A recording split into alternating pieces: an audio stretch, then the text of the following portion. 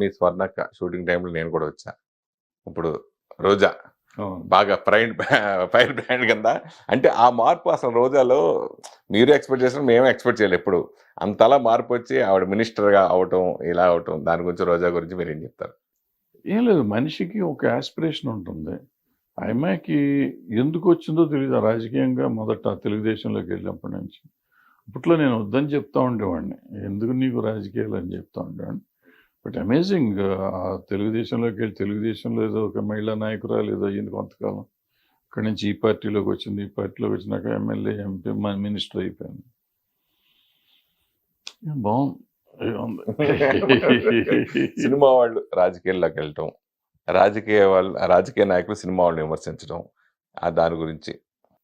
Cinema వాళ్ళు రాజకీయాల్లోకి వెళ్ళటానికి అసలు ఎందుకు అబ్జెక్షన్ ఏంటి? మన మనుషులమే, మనం సిటిజన్స్, భారత పౌరులు మనం.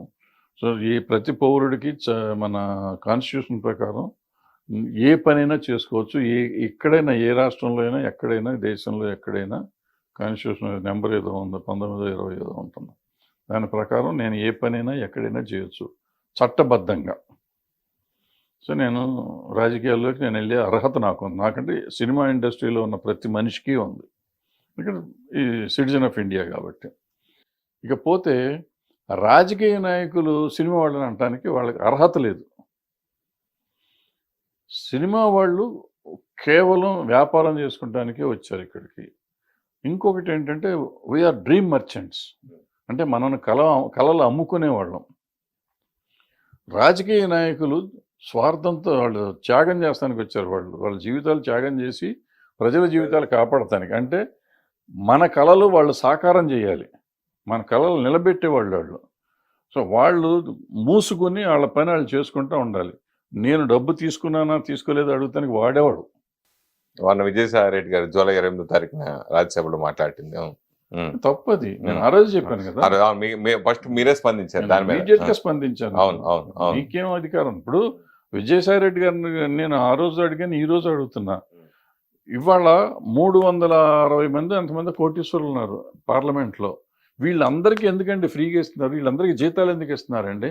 వీళ్ళకి విమానం ఫ్రీ, ఫుడ్ ఫ్రీ, ఇల్లు free, phone free, car free, car petrol free, PA free, driver free, వంటోడు ఫ్రీ. ఎందుకు? ఎవరి సొమ్ము ఇది? ఇది కాక ఎంపీ ల్యాడ్లని ఇస్తే వాళ్ళు ఇష్టం వచ్చినట్టు ఎవరికి పడితే వాడికి ఇచ్చుకోవచ్చు. వీళ్ళందరూ కోటీశ్వరులు.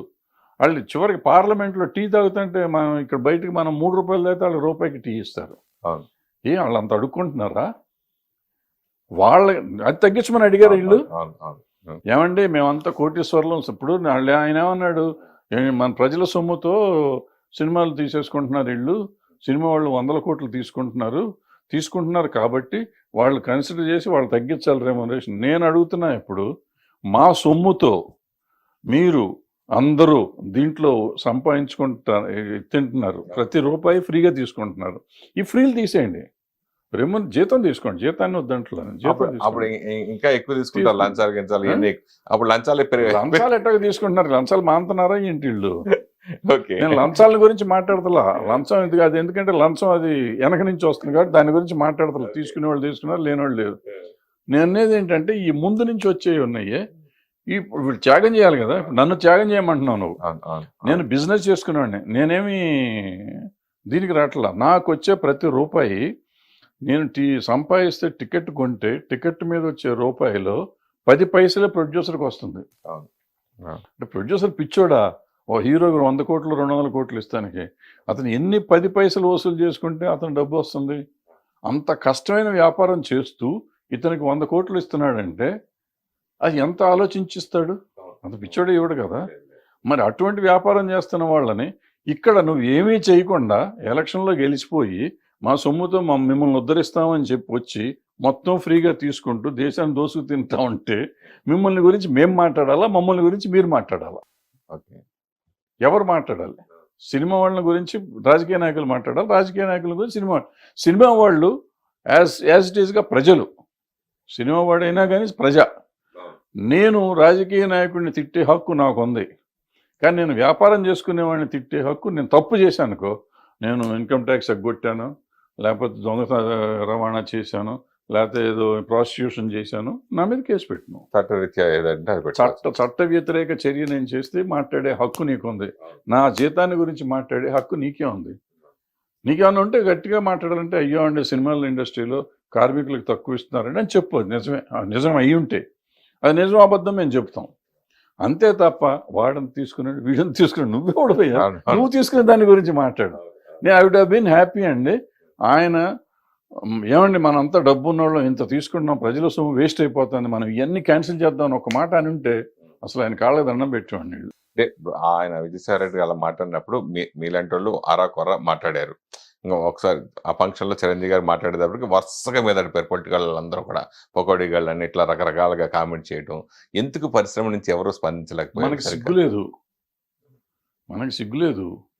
చివరికి చిరంజీవి గారు చెప్పారు, చిరంజీవి గారికి హ్యాట్స్ ఆఫ్. ఎందుకంటే ఇంతకాలానికి ఆయన ధైర్యం చేసి చెప్పాడు. అది ఆయన మాట్లాడు మామూలుగా ఇప్పుడు మాట్లాడలేదు, ఎప్పుడు మాట్లాడాడు ఫస్ట్ టైం మాట్లాడాడు. ఆయన సపోర్ట్ ఎవరు నిలబడ్డారు, ఎవరు మాట్లాడారు అసలు?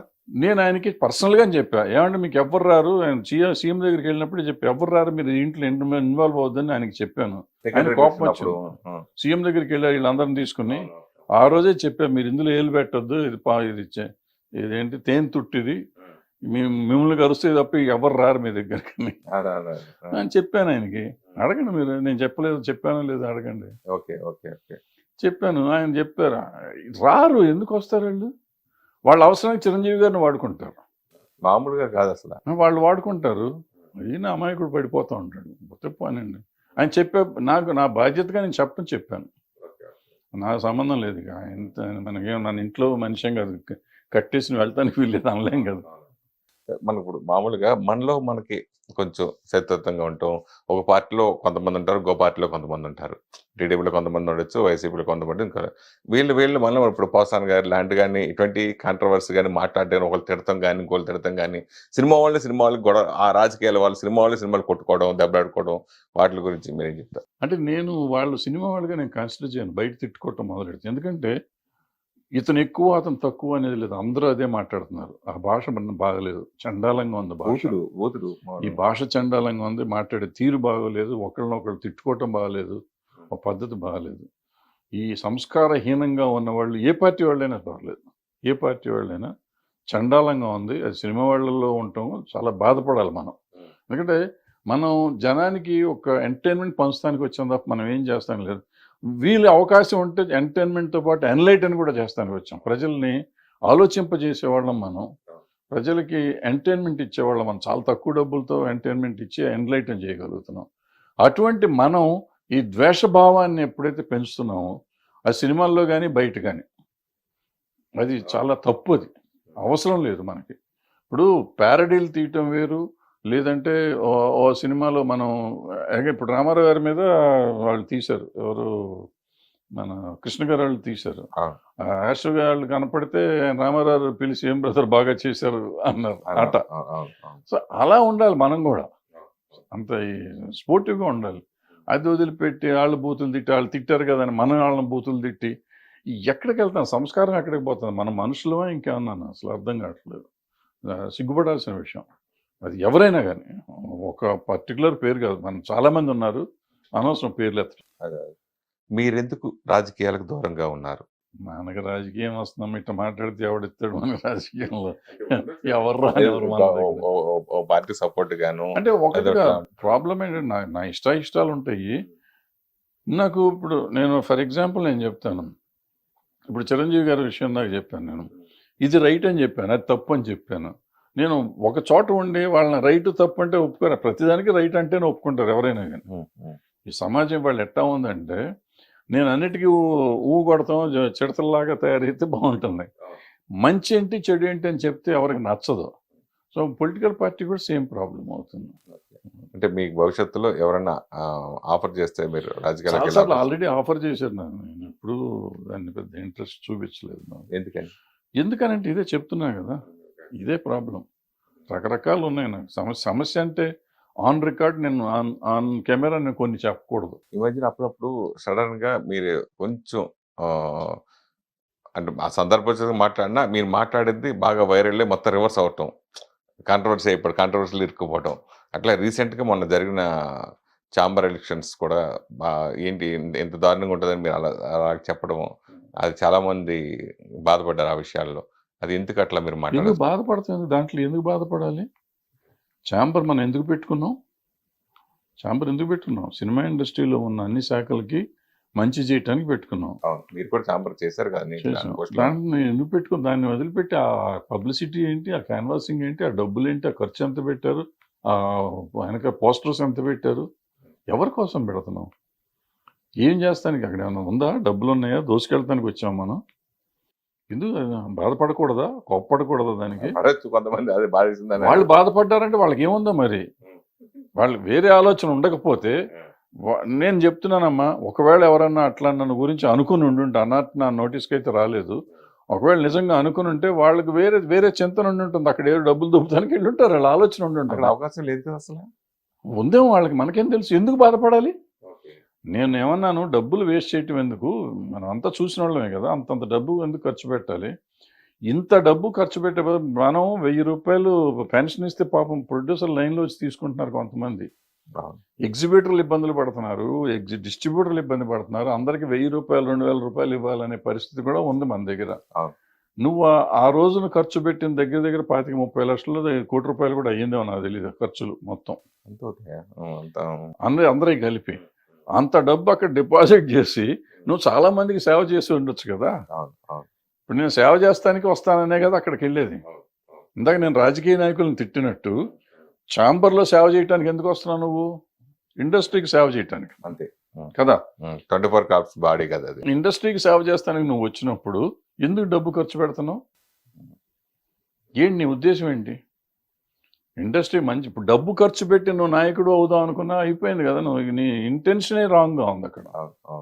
ఇంకా నువ్వు బాధపడతావు ఎందుకు? నేను అన్న మాటకి బాధ ఎందుకు పడాలి? పడితే నీ తప్పు, నా తప్పు కాదు. నేను రాజకీయ నాయకుడిని తిట్టే నాకు హక్కు ఉన్నప్పుడు నువ్వు ఎలక్షన్ చేసినప్పుడు ఇక్కడ కూడా తప్పే కదా. మన సినిమా వాళ్ళని మాత్రం తిట్టకూడదు, వాళ్ళని మాత్రం తిట్టాలి. దాసరి గారి దగ్గర మీరు, సి కళ్యాణ్ గారు, వీళ్ళందరూ కూడా ఆయన అడుగుజాడల్లో సమస్యలు వచ్చినా ఏమొచ్చినా పరిష్కరిస్తూ చేస్తూ వచ్చారు. ఇండస్ట్రీకి సంబంధించి ఏ ప్రాబ్లం వచ్చినా. అలాంటిది సి కళ్యాణ్ గారు మొన్న ఓడిపోవడానికి మెయిన్ రీజన్ ఏంటి మీ దృష్టిలో? ఓడిపోలేదు, ఆయన గెలిచాడు కదా.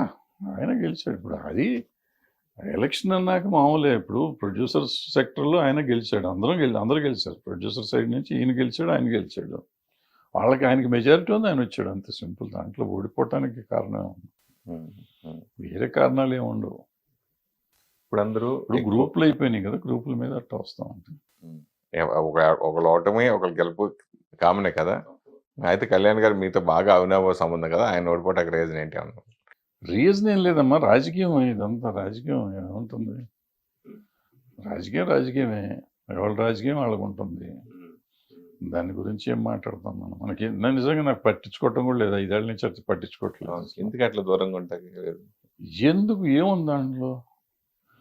నేను ప్రొడ్యూసర్ ఛాంబర్ ప్రెసిడెంట్గా చేశాను. అవును, నేను చేసినప్పుడు దగ్గర 5-6 జీవోలు తీసుకొచ్చాం. అప్పుడు వెళ్ళి గవర్నమెంట్ చుట్టూ తిరిగి సబ్సిడీలు రావాలి. ఆ రోజుకి ఈ రోజుకి రాలా, ఇంకొక 3-4 కోట్ల అంత సబ్సిడీలు రావాలి మనకి. దానికి కూడా అప్పుడు ప్రయత్నం చేస్తా ఉన్నా. ఆల్మోస్ట్ అయిపోతున్న టైము.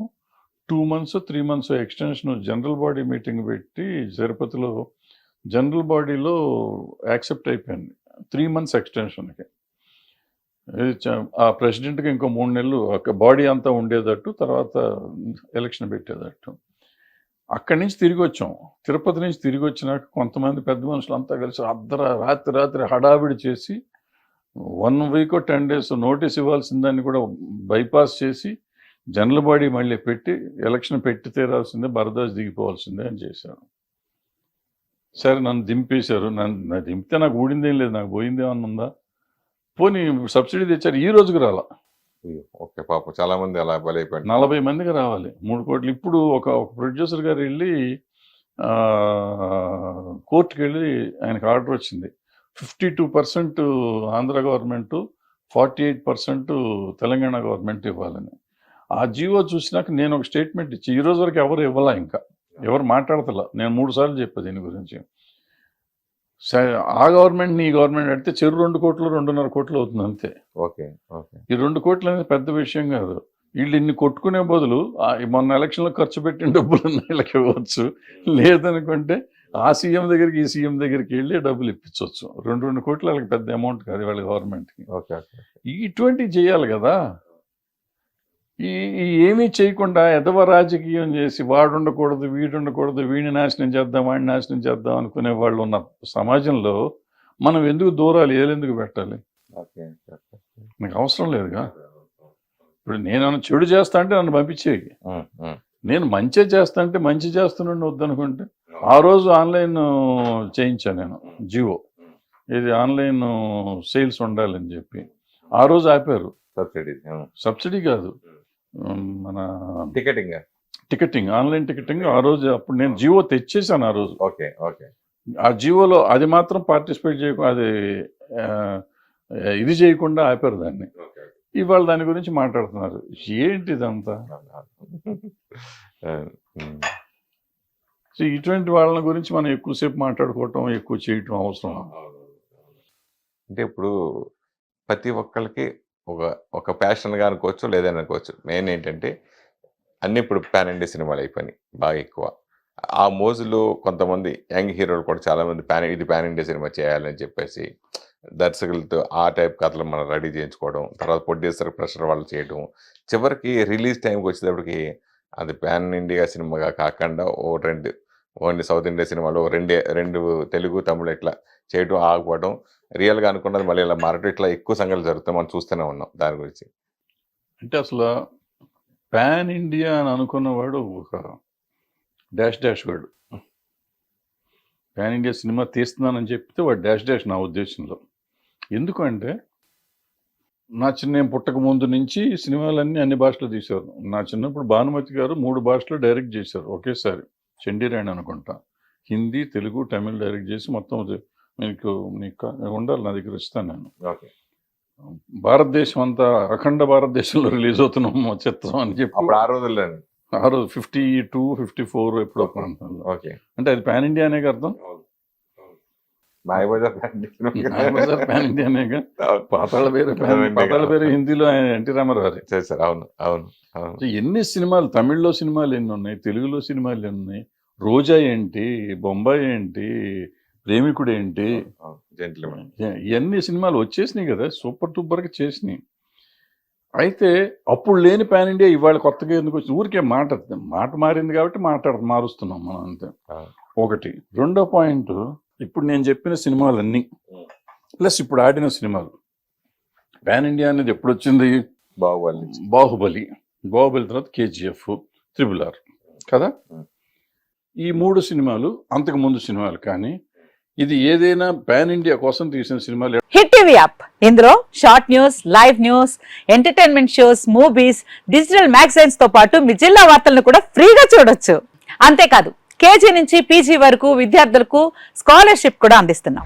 ప్రతి వారం 10 మందికి లక్కీ డ్రా ద్వారా ఒక్కొక్కరికి 10,000 రూపాయలు అందిస్తున్నాం. ఇంకెందుకు ఆలస్యం?